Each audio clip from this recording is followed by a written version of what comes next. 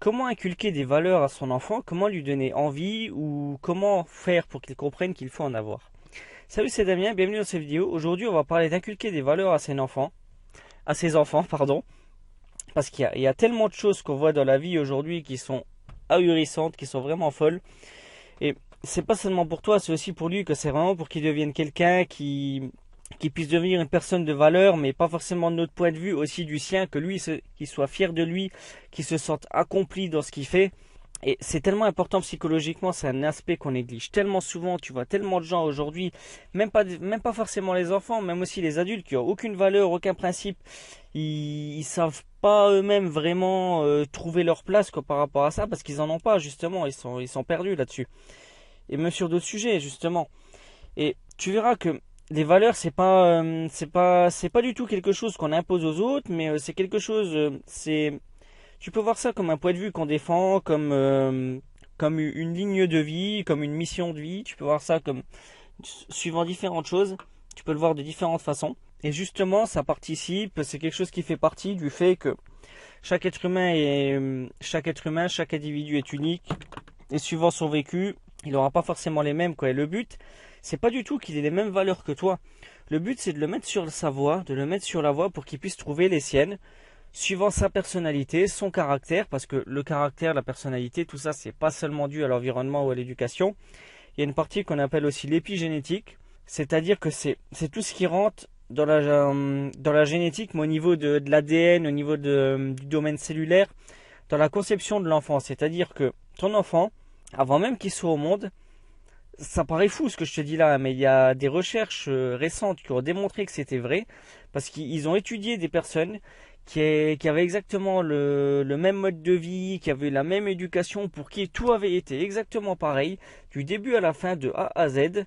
Et sur un grand nombre de personnes, ils n'ont pas fait ça sur 3 pelés, il y a des milliers de personnes qui étaient concernées par ce cas-là, par cette étude. Et vraiment, ils ont remarqué quelque chose à la fin, ils se sont posé la question, mais pourquoi on n'a pas le même résultat avec tout le monde?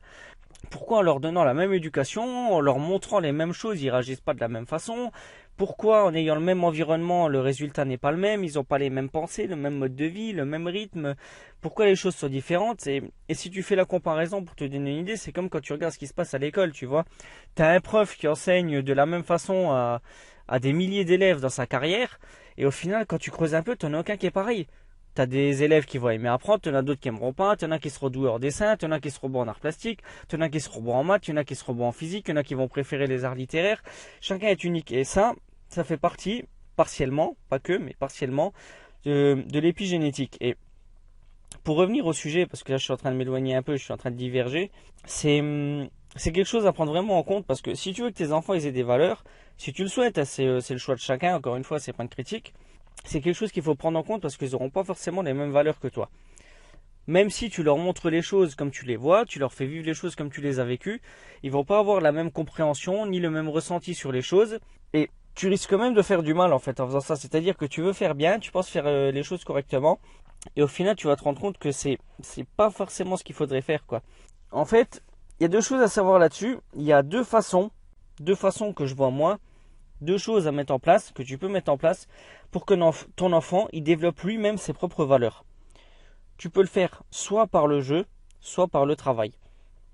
Alors ça paraît peut-être un peu fou ce que je dis là pour certaines personnes, mais si tu creuses un peu, tu te rends compte que c'est vraiment intéressant. Regarde, si tu compares la vie qui est entre les pays riches et les pays pauvres, je fais une comparaison un peu extrême volontairement. Tu compares la vie qui est entre les pays riches et les pays pauvres, et tu regardes comment les gens sont, regarde comment ils se comportent, regarde quel est leur caractère, leur état d'esprit, leur mode de vie, regarde vraiment comment ils sont dans leur globalité. Tu te rendras compte que globalement, les personnes qui sont dans les pays plus pauvres sont beaucoup plus heureuses qu'ici. Elles n'ont pas la même culture, elles n'ont pas le même mode de vie. Alors quand je dis pays pauvre, je ne parle pas de la richesse du pays, d'accord? Je ne parle pas du PIB et de ces choses-là, je parle du niveau de vie des gens. Qu'on soit bien d'accord là-dessus. Et quand tu regardes comment ils vivent, tu te rends compte, regarde par exemple si tu prends des personnes qui vivent dans des pays comme le Cambodge ou en Thaïlande ou des pays de ce genre, ou même au Japon, tu te rends compte que tu as des personnes qui travaillent beaucoup plus dur que chez nous, qui ont beaucoup moins de temps pour les loisirs, pour les activités personnelles, qui passent moins de temps avec la famille. Alors c'est pas le mode de vie que je souhaite avoir, mais pour faire la comparaison, et qui pourtant, aussi bien les parents que les enfants sont plus heureux qu'ici, souvent. pas toujours, mais souvent. Tu vois ce que je veux dire? Tu vois, je veux en venir. Là-bas, leur valeur, c'est le travail. C'est pas de permettre à leurs enfants, par le travail, de trouver des valeurs par eux-mêmes. Eux, c'est vraiment leur mode de vie. Le travail passe avant tout. Et dans la majorité des pays européens, pas tous, mais une très grande majorité, on a tendance à privilégier le jeu.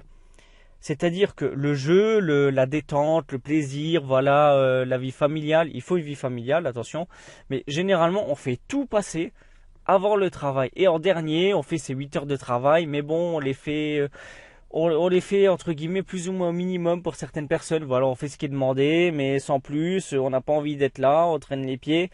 Et je veux dire quoi par là où je veux en venir? C'est-à-dire que tu peux utiliser les deux en fait. Tu peux faire l'un ou l'autre pour permettre à ton enfant de se poser les bonnes questions, d'avoir des réflexions sur la vie et de développer lui-même ses propres valeurs. Et le truc, c'est que par le jeu, par exemple, tu peux le faire déjà quand il est tout petit. Regarde, tu prends par exemple les jeux qu'on achète aux enfants aujourd'hui. Regarde quel jeu achètent les parents à leurs enfants aujourd'hui. Regarde quel jeu ils leur achetaient il y a une dizaine ou une vingtaine d'années. Il y a 10 ou 20 ans, ils leur achetaient par exemple des jeux en bois avec des formes où il fallait qu'ils prennent la bonne forme, qu'ils la mettent dans le bon emplacement, qu'ils remplissent des puzzles, ils faisaient du Lego, ils assemblaient les briques, là ils donnaient des formes à tout ça. Ils développaient leur imagination, d'accord? Une valeur, la créativité. Ils développaient la réflexion. Deuxième valeur, réfléchir. Ils développaient la persévérance. Parce que pour qu'un enfant puisse entre guillemets s'amuser avec des jouets comme ça, c'est peut-être pas la bonne façon de le dire. Ça se fait pas comme ça en quelques secondes, quoi. Tu te rends bien compte qu'il y a un apprentissage pour prendre les bonnes formes, les mettre au bon endroit.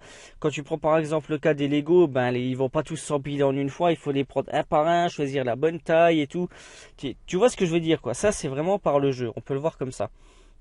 Et la deuxième façon de faire, que moi je pense, c'est par le travail. C'est-à-dire que tu peux très bien utiliser le travail pour donner des valeurs à ton enfant. Je te donne un exemple. Regarde, il y a la nièce de ma femme, récemment chez elle, alors c'est une famille qui mange beaucoup de... Surtout les enfants, elle n'est pas rentrée peu, mais les enfants mangent beaucoup de chocolat, de bonbons, de sucettes, de machin comme ça.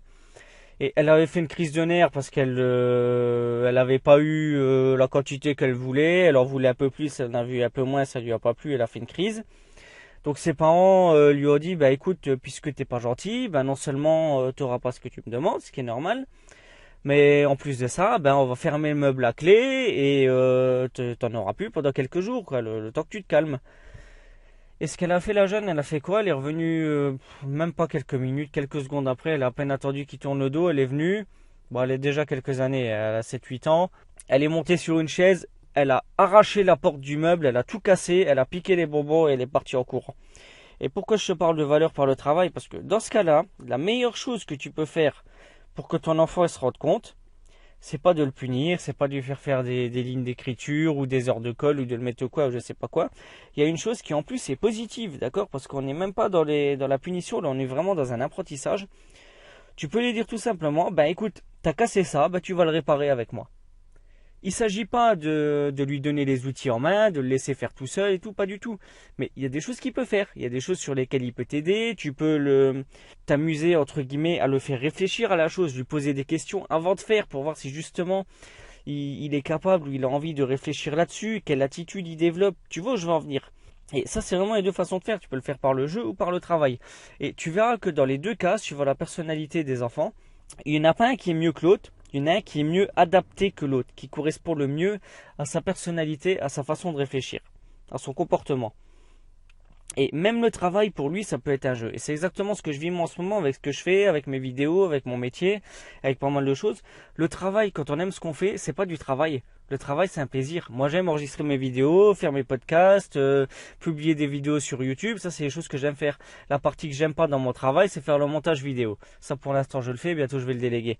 Mais tu vois où je veux en venir. Dans tous les métiers, même toi, si tu réfléchis dans le métier que tu fais, c'est pas la totalité de ton métier qui te dérange, si tu cherches un peu.